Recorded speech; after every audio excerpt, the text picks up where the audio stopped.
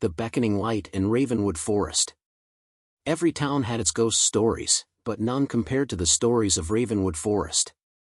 Locals whispered of a strange light that would appear deep within the woods on certain misty nights, luring people away from the safety of the village. Those who followed the light, it was said, never returned. The legend went back hundreds of years, and most people in the town dismissed it as a tale to keep children from wandering off alone. But Eliza had always been drawn to mysteries, and Ravenwood's stories intrigued her.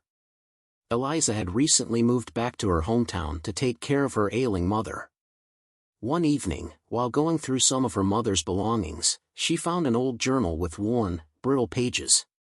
As she read through it, she realized it belonged to her grandmother, and to her shock, it contained entries about Ravenwood and the mysterious light. One passage, written with a shaky hand, caught her eye. "The light calls to me. I can hear it whispering my name, but I know better than to follow it. The forest has a hunger that can never be sated." A chill ran down Eliza's spine. Her grandmother had never mentioned anything about Ravenwood before her passing.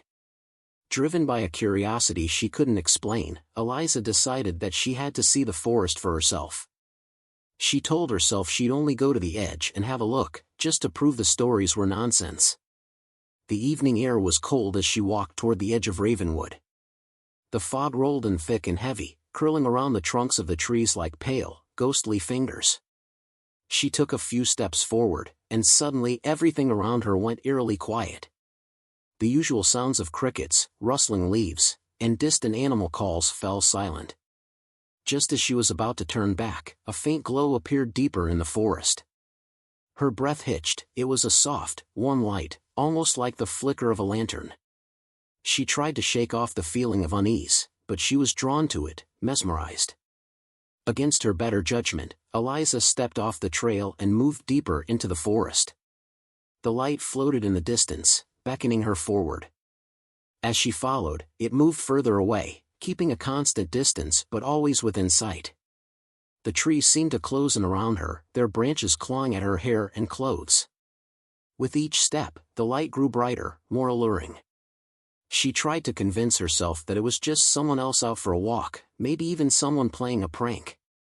But the deeper she ventured, the heavier the air became, pressing down on her lungs until every breath was a struggle. Suddenly, Eliza realized she couldn't remember which way she had come.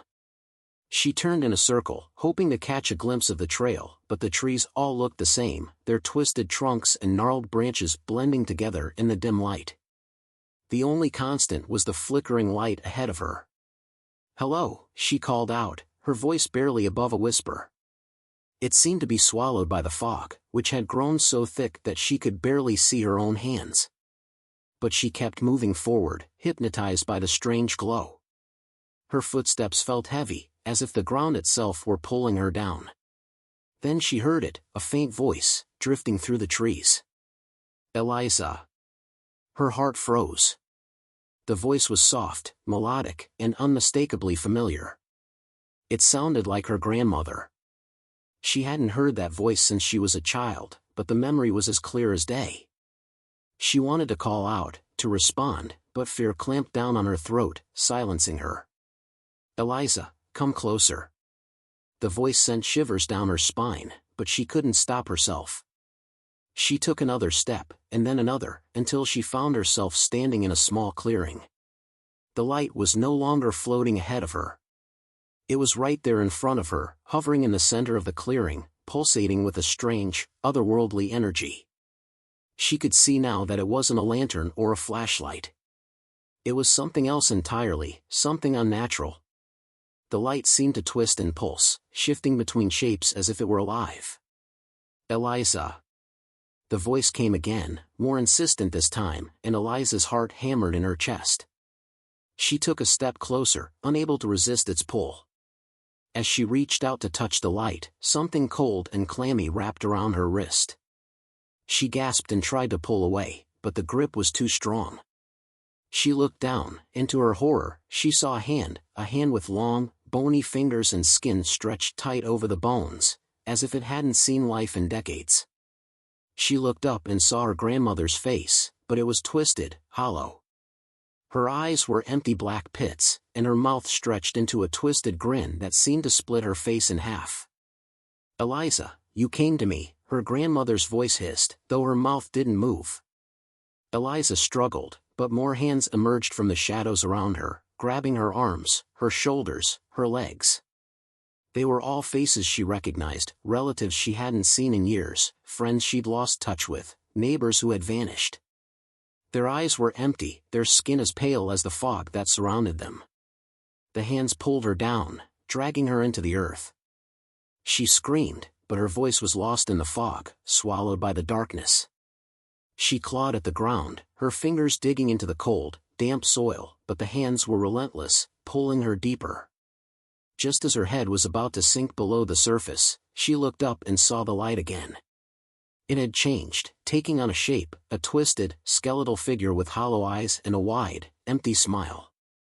It watched her, silent and unmoving, as she was dragged down into the earth. And then, everything went black. When Eliza's mother went to check on her the next morning, she found her bed empty. The police searched the forest, combing every inch of Ravenwood, but they found no trace of her. The townspeople shook their heads, whispering about the light and the stories of those who never returned. A few weeks later, on a misty night much like the one when Eliza disappeared, a young man named Sam wandered into Ravenwood. He'd heard about the mysterious light and wanted to see it for himself. As he ventured deeper into the forest, he spotted a faint glow in the distance, a warm light that seemed to beckon him forward. He followed it, feeling a strange, unexplainable pull, until he reached a small clearing. And there, in the center, was a figure he thought he recognized, a woman with dark hair and empty eyes, her mouth stretched into a twisted, hollow smile. The light flickered around her, shifting and pulsing, as if waiting for him to take the final step.